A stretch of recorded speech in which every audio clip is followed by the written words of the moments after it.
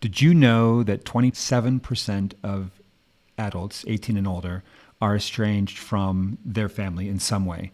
That means that 1 in 4 adult kids are not talking to their parents or an aunt or an uncle or something like that. There's some kind of rift. That just seems like a lot. So we suspect that that's certainly been the experience in our family, that we have people that are estranged from us, or that maybe that we're estranged from, and that you do as well. And that's something that doesn't get talked about a lot. It's something that people kind of keep to themselves. It's like a little secret that we keep in the closet. But our hunch is that it's happening to more people than are talking about it. And so today we're going to talk about it. My name is Eric Orton. I'm Emily Orton. And this is the What Could Go Right podcast, where we talk about personal growth, family connection, and raising adult kids. So today we're going to talk about double return parenting. If you've listened to some of our previous episodes, you've heard this term before, but it's actually a model. And we're not going to break down the 5 parts of the model right now, but I'll just say this, that this first part really speaks to connecting with our kids, because this is what it looks like to, I'm going to tell you a story. I'll just tell you a story. One of our daughters got engaged many years ago. She was young, had just moved out of the house, got engaged, and came home, told us about this guy. And what little we knew about him, we thought this was not a good idea. And the more we knew about it, the less we thought it was a good idea. And over a few months, we had a series of probing conversations, trying to be helpful, and kept kind of getting pushback. Is that how you'd characterize it? Yeah, we'd say, oh, maybe you want to consider these things, and they would not take the time to consider those things. And yeah, and so it wasn't going very well. And the more we learned, the more concerned we got. And finally, we could tell that if we did not speak up, this was going to end in a lot of heartache for both of them. And so on the phone, Emily and I, we said to our daughter, I hope you know we love you. We also want you to know in no uncertain terms that we think this is the worst decision you've ever made in your life. And it went quiet for a little bit, and I thought maybe she'd hung up on us. She hadn't, but she said to us, Mom, Dad, I hear you. I know you love me. I just want you to know that I don't want to talk with you about this at all anymore. And this is what it looks like to get kicked off of your adult kids' board of advisors. we got stiff-armed. We were like, oh man, I guess that's what we get for raising an independent woman. She's thinking for herself and making her own choices, so I had to respect that. Yeah, so I don't feel like we became estranged from our daughter or her from us. We stayed close, but we'd really drawn down on what we call our relationship reservoir. And we were pretty close to empty, and it took a while. And I'll just tell you that she did not marry this guy. I won't go into all the details, but it was something that really taxed our relationship. And I think that if it hadn't gone, it could have very easily turned into something where it could have been a long-term permanent rift in our relationship. Unfortunately, it didn't. But that's one example of what it can look like to be kicked off of your adult kids board of advisor. To be estranged. Or to be estranged, and I think as parents, I mean, that's one of our greatest fears, right? Is that we're going to cause some big problem, or we're going to lose connection with our kids. They're not going to want us to be a part of their life, or that we're going to somehow mess up their life. And I just want to reassure everybody here that no parent has this totally figured out. But what we do want to do is share some of the good ideas. So first of all, just acknowledging the worry on the parent side when, as the child grows up and the parenting style changes and they become independent, our approach needs to change a little bit as well. And we need to respect that they are running their own life, whatever a good or bad job we think they're doing of it. And so come from that perspective. But on the other side, we have these adult kids, and we've talked to hundreds of young adults, many of them just out of the house for the first time, especially when we were living in New York City. We had tons of opportunities to really counsel with young adults who were newly out of the house and navigating life on their own. And here's one young man that we talked to. He said he hadn't really been in touch with his parents for a while, and he gave the explanation was like, they don't really add any value to my life. And it sounds a little mercenary, it sounds a little transactional, but when you're in a relationship with someone and they are always a drain and never a fill, you want to spend less and less time with that person. And just like Eric was saying, we had really drawn down on our relationship with our daughter, and we had worked for decades to fill that up, and we had to get to work right away, refilling the reservoir with memories and trust and encouragement. And I just think that's what we hear from other young people, is just saying, like, why do I want to be connected with my parents when they aren't encouraging me, they don't believe in me, they only have critical feedback for me, and they aren't really adding any value by example or in the words that they're sharing with me. So that's something to think about on the other side of the equation. So one thing that has helped us kind of get a lock on the big picture, the overall view of what it means to be a parent, is something that we call the 100-year life map.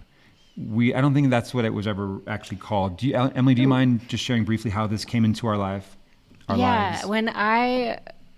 We were the parents of 2 young children, and we were pretty young ourselves when we started our family. And I remember one day going to my sister-in-law's house, and up on her fridge she had this grid.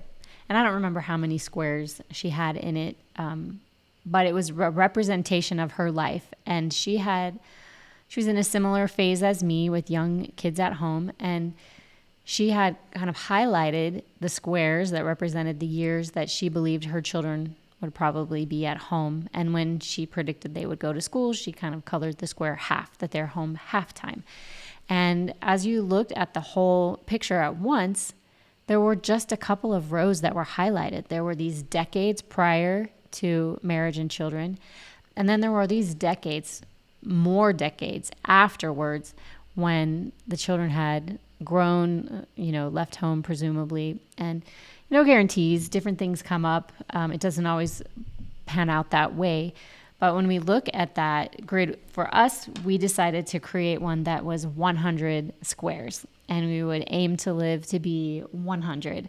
And that means that the time that we have with our children at home was like a couple of decades out of the full 100 years. And that helped us realize it wasn't going to last forever. And it also helped us realize how important this time together was. But as our kids, 3 of them now, have moved out of the house, like grown into adulthood and moved on with their life, we have been looking at the squares after those years and realizing there are so many more years, decades even, of parenting adult kids than we had parenting small children, young children, and teens. So we want to look into that. So what we're going to do, we'd love for you to go through this exercise for yourself. And so I'm going to talk you through what it is for if you're listening. And then if you want to go into the show notes, you can actually download a version of this and do it on paper, which I would recommend because it's pretty powerful to do it on paper. And you can put it up on your fridge if you want, or post it somewhere. But I'm just going to talk you through it so that you can mentally do some of this really, really basic math. So Emily indicated that we assume 100 years, partly because we're just ambitious and we want to live healthy and long, but also it makes the math really easy.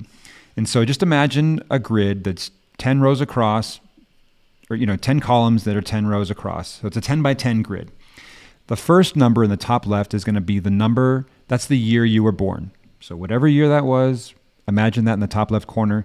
And then the number in the bottom right is going to be 100 years forward. So each row is going to be a decade. So I was born in 1974, and so the bottom number is going to be 2073. Those would be my 100 years of lifespan. Whatever your number is the math will add up. If you have kids, then go through and just write down or write in the year that your first child was born. And if you have more than one child, go ahead and write down, you can write the year for each child, and you can also just skip ahead and write down the year for the last child if you're through that, if you're through the phase of birthing kids, having kids come into your life, then just write the year that the last child entered your life.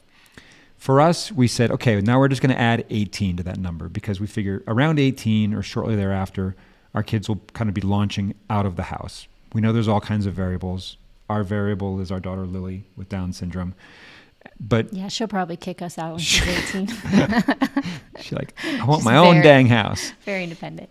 All right, so pick your last child and then do 18 years forward of that. Also pick your first child and do 18 years forward of that, because that one after your first child is going to mark when your kids start leaving home. For us, that was a really pivotal year because that meant that was the last year that we would have all of our kids under our roof full time. So we thought, COVID changed all that. But we thought, banning another, barring another pandemic, chances are good that your kids will keep moving out. So when your kids start to leave home, and that's going to give you're going to be able to see the number of years between now and that year.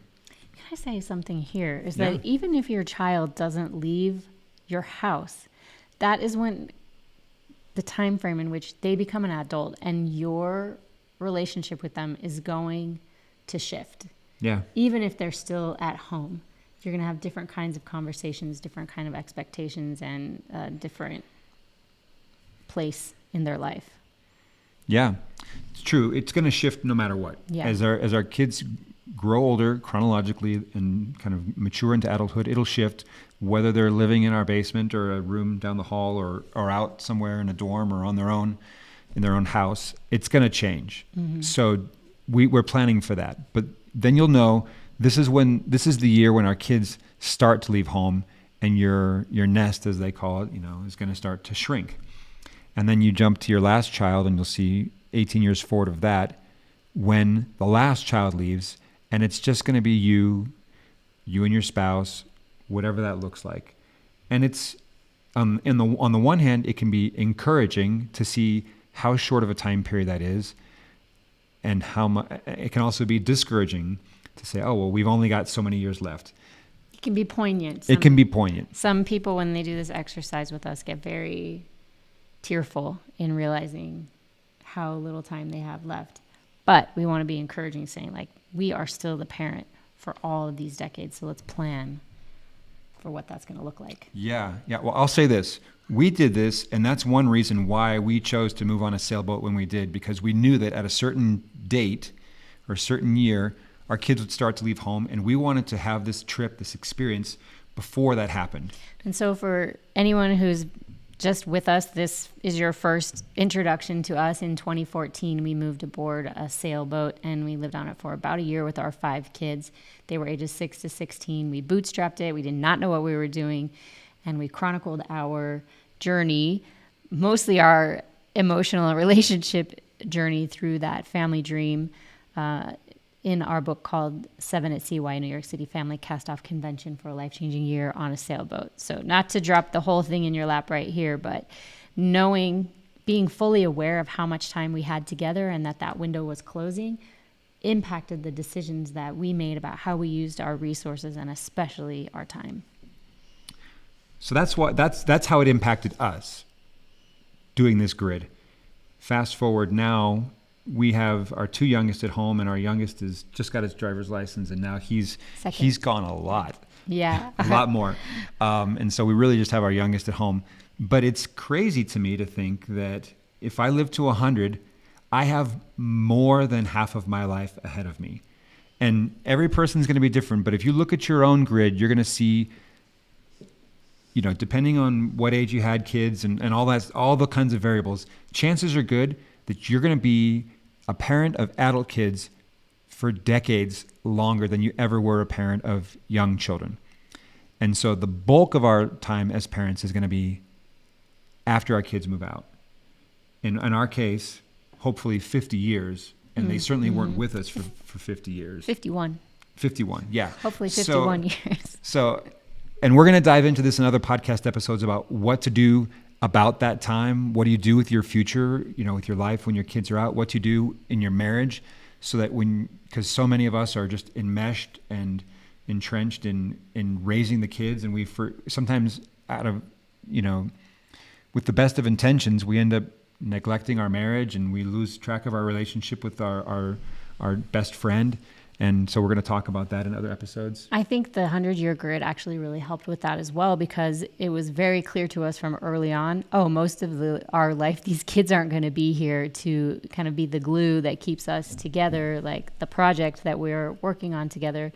Most of these years, they're all going to move out and it's going to be us. And so that was also a helpful reminder. Here's one last thing that I want to share about this 100-year map or grid. It's this. Once you know that, here's the mental exercise that we want you to do. We want you to imagine in your mind 10 years in the future of wherever you are now. Imagine that you've gotten back together with your whole family. It can be a reunion or some other type of situation, but you're all together. It could be Christmas or holidays. You're all together. What does that relationship, what does that gathering feel like? What do the relationships feel like? What kinds of conversations do you have? What kind of food are you eating? Where are you physically? And when we do workshops with people and we present, we invite everyone in that moment to write it down. And so, not while you're driving, if you're listening to this while you're driving, but at some point you may want to just sit down and imagine and write out what that experience, what that gathering would look like 10 years in the future. How old will each person be? How old will you be? And do you predict that they might have partners or children? And you won't get it bang on the money. You won't, actually move forward 10 years and have it be identical to maybe what you imagined. But as you get really clear on this, you're going to know what you're aiming for, what the relationships feel like, how you interact with each other. And that is the next step. Yeah. So this is what we call the what. If you can just imagine what your ideal situation would be like. When we coach people and we do life design work, the how is a whole other part of it. And we always set that aside for second. The very first thing you want to do is figure out the what, independent of constraints of time, money, what have you. Even if some relationships are sour right now, your ideal 10-year in the future scenario can include those relationships being healed. Like, what is your ideal scenario?